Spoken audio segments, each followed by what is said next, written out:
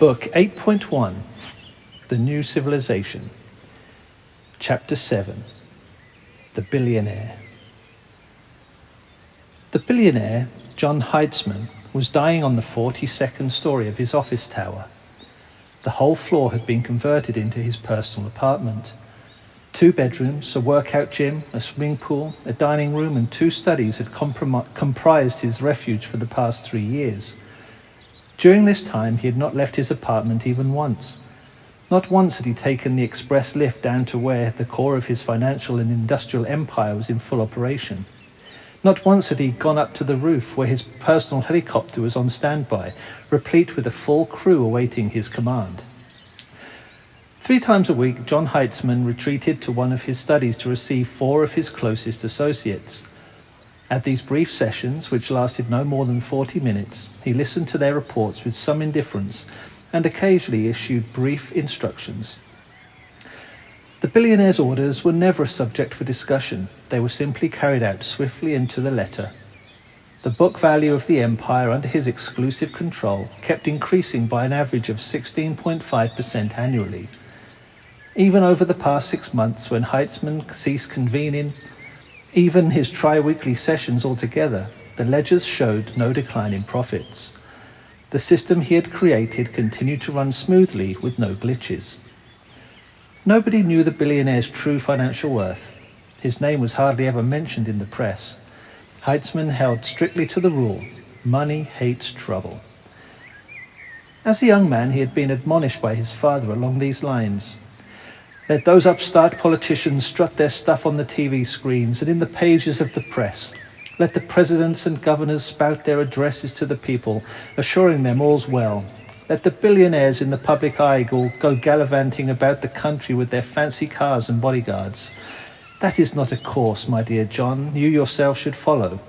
You should always remain in the shadows and use your power, the power of money, to control governments and presidents, the wealthy and the poor, in a variety of different countries. But they must never guess who is controlling them. The plan is simple in the extreme. I was the one who created the monetary fund, which lists the names of many different investors.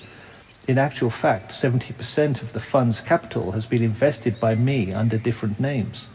On the surface, as far as the dimwit masses are concerned, the fund was created for the support of developing countries. In actual fact, I created it as a device for controlling tribute money from the countries involved. Here's an example. Let's say an armed conflict breaks out between 2 sides. One of them, more often both, needs money. Let them have it. It'll be repaid with interest. Or some country is experiencing a social upheaval and, again, money is required. Let them have it. It'll be repaid with interest. Or 2 political forces come into conflict. One of them will get money through our agents, and once again it will be repaid with interest. Russia alone pays us an annual sum of $3 billion. At age 20, John Heitzman had especially enjoyed these discussions with his father. Despite his early severity and reticence to talk, one day the father summoned John to his office and invited him to make himself comfortable in a soft armchair by the fireplace, while he himself poured a cup of his son's favourite coffee with cream and asked for a spark of genuine interest. "How are your college studies going, John?" "They're not always that interesting, Dad. I get the feeling the professors aren't too good at giving a clear and comprehensible explanation of the laws of economics." "Good. An apt assessment. But more precisely, professors today can't explain the laws of economics because they haven't the faintest idea of them themselves. They think economics is the domain of economists, but it isn't. World economics is under the control of psychologists, philosophers, and high-stake players. When I was 20, my father, your granddad John, let me into the secrets of the management process. Now that you're 20, I think you're worthy of inheriting this knowledge." "Thanks, Dad," replied John. Thus began, in these fireside chats, lessons in the laws of economics one never hears about at university. The father taught his son using his own unique method. The whole educational process was conducted in these heart-to-heart conversations on a good-natured tone, with examples and elements of play. The information the senior Heitzman revealed to his son was astounding. There was no way one could obtain it anywhere else, even in the most prestigious universities in the world. "Tell me, John," asked his father, "do you know how many wealthy people there are in our country, or in the world?" "Their names are listed in business journals in order of their estate value," replied John calmly. "And where do we rank in these lists?" This was the first time father had used we instead of I. That meant he already considered him, John, a full partner. While he did not want to offend his father, John replied, "Your name, father, isn't included in these lists." "Yes, you're right. I'm not there, even though just our annual profit alone amounts to more than the whole estates of many included in the lists. And my name isn't there because one's wallet should not be transparent. Many of these people work either directly or indirectly for our empire, for yours and mine, son." "Dad, you must be a genius at economics. I can't even imagine how you can make such a huge empire pay us tribute money every year without military intervention. You've managed to set up such a tremendous economic operation." The senior Heitzman took a pair of fire tongs and gave a poke to the logs in the hearth. Then, without a word, he poured 2 glasses of light wine for his son and himself. It was only after his first wee sip that he finished explaining. "You know, I didn't set up any operation at all. The capital under my control simply allows me to give orders, and others carry them out.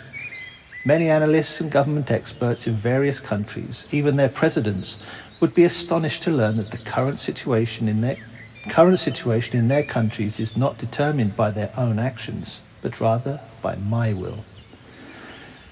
Political technology centers, economics institutes, analytical think tanks, and government agencies in many countries, none of them are aware that they're working along strict guidelines laid down by my departments. And I don't have all that many employees. For example, all of Russia's socio-economic policy and its military doctrine are determined and controlled by one department comprising 4 psychologists. Each psychologist has 4 secretaries. Not one of them knows about the activities of the other. I'll tell you how the control system works. It's really quite simple. But first, John, you should understand the true law of economics, which you'll never get from any college professor. Professors don't even know they exist. Here's a law.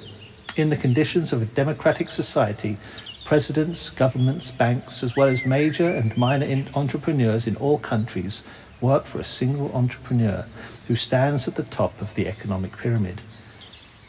They worked for my father, now they're working for me, and soon they'll be working exclusively for you." John Heitzman looked at his father and could scarcely take it all in. Certainly he knew that his father was rich, but here they were talking about much more than riches. They were talking about supreme power, which was now going to be passed by inheritance to him, John. All this incredible information still had not sunk in completely. How could it be that, in a free and democratic society, everyone from presidents on down to the hundreds of thousands of firms, both major and minor, supposedly all separate legal entities, were in fact working for just one man, namely his father? When I first heard from your granddad what I've just now shared with you, I had a hard time figuring it all out. Right now, John, you're probably in the same boat. But let me make one thing perfectly clear, the elder Heitzman went on. There are wealthy people in this world, but for every wealthy person, there is someone even wealthier, and there is one who is the wealthiest of all. All the other wealthy people, and consequently all the people under their control, work for him, the one who is the wealthiest of all. This is the law of the system under which we live. All this talk of unselfish aid to developing countries is nothing but a bluff. Sure, wealthy countries grant credit to developing countries through international funds, but in fact they do this simply to get back a healthy amount of interest in return for using their credit. In other words, to collect tribute money. Russia, for example, pays $3 billion a year to the IMF, and this amount only represents the interest on the credit allotted to Russia. Many economists are aware that the basic financing for the IMF is provided by American capital. They realize that the extortionate interest rates on credit use is siphoned off to the USA. But who they go to specifically, nobody knows. America as a country is simply a convenient shield in the capital game. and it is dependent on capital more than any other nation. Tell me, John, did you know that America has a national debt? Yes, Dad, I know. It's an astronomical figure. Just last year it amounted to, and servicing the debt cost. So that means you realize that a country which loans to other countries at the same time takes out huge loans itself through its own Federal Reserve. And who does it belong to, this Federal Reserve? John had never thought about whom America was in debt to, but as he tried to answer his father's questions, it suddenly dawned on him. In the United States of America, every taxpayer pays into the Federal Reserve. The Federal Reserve of the USA is a private bank, and consequently, all America is paying hundreds of billions of dollars to private individuals, or to a single individual. John Heitzman had never been flustered in his life. He led, as they say, a healthy lifestyle. He did not drink or smoke. He maintained a healthful diet and worked out every day in his private gymnasium. Only in the past 6 months, he had stopped going to the gym. He had spent these 6 months laying in bed in one of his spacious bedrooms, crammed full with state-of-the-art medical equipment. Doctors maintained on-call shifts around the clock in the next room. But John Heitzman did not trust modern medical science. He felt no need of even talking with his doctors. There was one professor of psychology, however, that he occasionally deigned to favour with brief answers. Heitzman did not even care to know his doctors' names, including the name of his professor, though he did make a note to himself that he was the most sincere and honest of the lot. The professor talked a good deal, but what he said often included not just medical assertions, but also reasonings and a desire to determine the cause of a disease. One day he came in all excited and announced right at the doorway, "I spent all last night and all this morning thinking about your condition. I think I've discovered the cause of your illness. That means that once we've removed the cause, we can talk about a pretty quick recovery. Oh, sorry, Mr. Heitzman, I forgot to say hello. Good afternoon, Mr. Heitzman. I got a bit carried away with my ideas." The billionaire did not answer the professor's greeting or even turn in his direction, but that was how he treated all his doctors. And sometimes he would make a gesture to a doctor who had just entered the room, just a slight movement with his hand, which they all knew meant, "Go away." Not perceiving any such gesture this time, the professor kept on explaining excitedly as follows. "I do not agree with my colleagues on the need to transplant your liver, kidneys and heart. Granted, these organs of yours aren't functioning up to par at the moment. No, sir, not up to par, that's a fact. But neither will transplanted organs. The reason they're not up to par lies in your extreme depression. Yes, sir, in your depression. I've gone over your medical history quite a few times now, and I think I've made a major discovery. Your attending physician, he's a really great guy, he wrote down everything in detail. Every single time he noted your mental condition. Your internal organs would always start to fail the moment you got into a depressive state. Yes, sir, quite a state. Now here comes the $64,000 question. Is the failure of your internal organs causing the depression, or the other way around? Is the depression causing organ failure throughout your body? I'm absolutely convinced that the depression is the original cause. Yes, sir, it's your extreme depression. It's a condition where someone ceases to strive for any goal. He loses interest in what's going on around him. He doesn't see any sense in living. And then the brain begins to transmit only half-hearted commands to the whole body. And I mean the whole of it. The stronger the depression, the weaker the commands. At a certain level, the brain may cease giving these commands altogether, and then comes death. So, the ultimate cause is depression, and as for eliminating it entirely, well, that's something modern science has no answer for. So I turned to folk medicine, and now I'm convinced that your extreme depression is the result of a curse. Yes, sir. More specifically, someone's put a spell on you, and I'm prepared to back that up with quite a number of facts. The billionaire was about to make his go-away gesture.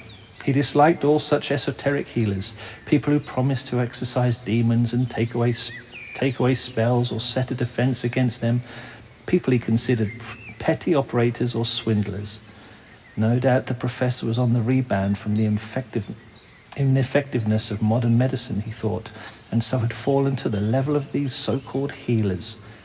But the billionaire did not manage to execute the gesture. The professor headed him off with words evoking just a smidgen of interest, but interesting all the same. I have the feeling you're getting ready to send me away, maybe for good. I ask you, no, I beg you, give me just 5 or 6 more minutes. It's very possible that once you've understood what I have to say, you'll make a full recovery and I'll make an important discovery. Rather, I've already made it. I just need to have it confirmed once and for all. The billionaire did not make his go-away gesture. For 3 whole seconds, the professor stared at Heitzman's motionless hand and realized he could continue, which he did at a rapid-fire pace.